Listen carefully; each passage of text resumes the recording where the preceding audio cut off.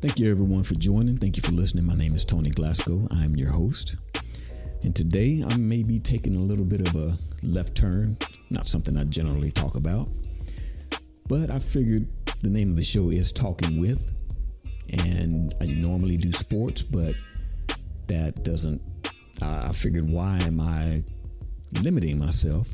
So I just thought I'd go over a little bit some of the things that I'm reading. And last Christmas, I asked for 3 different books, and they were some of the books that I thought that I could just read and grow from and learn from. One was a business book by Myron Golden. Another one was more of a philosophy book of, it was entitled How to Know God. It was the yogic aphorisms of Patanjali. He was a philosopher way back in the day. And the third one was a book called 3 Magic Words. U.S. Andersen is the author on that one. And I heard about this book, and then I knew what the 3 magic words were, and they don't tell you until the end, as far as I know. And I didn't want to just jump to it and read exactly what it is. I know what it is, so I would like to just eventually get there on my own, reading through it. So this would fall into the metaphysics category, things that deal with your mind and how your mind works and how it's separated in the different parts. And this one is specifically titled, the mind, this chapter that I'm reading from is specifically titled Mind. And in the last part of that chapter, the mind, there's a couple of paragraphs, and it's entitled The Magnificent Aspiration. First time I read this, I just kind of glossed over it and read it.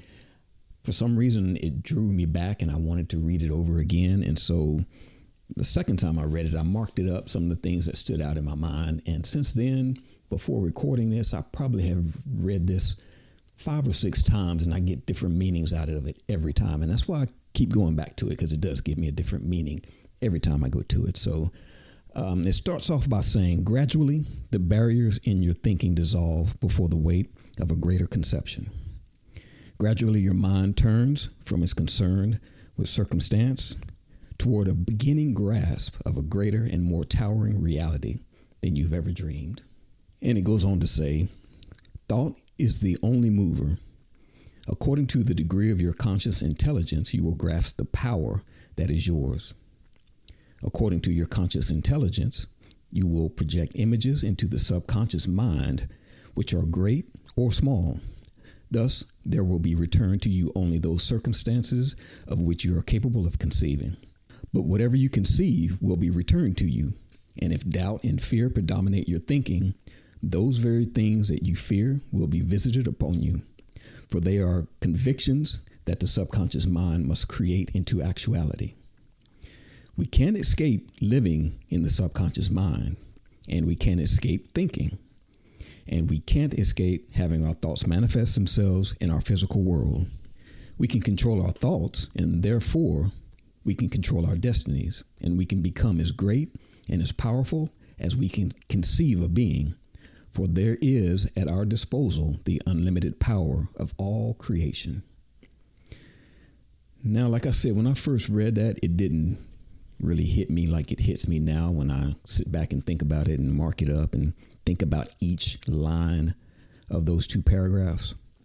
And so basically what this is saying is that whatever you can conceive of in your conscious mind gets fed into your subconscious mind. And your subconscious mind is not a discriminator. It only knows what is given, the information that is given, and it tries to produce a result. In today's terms, I guess it would be more bluntly put as be conscious of what you're thinking about, have positive thoughts, good vibes, good things will come your way. But on the other side of it, there's actually a working, living thing that produces and manifests all the things that you would like to have in your life. And so I hope this touched someone. I hope this helped someone get a little bit of an insight, as it has me, because this helped me tremendously just reading this book. Until next time, I'll talk to you later. Thank you.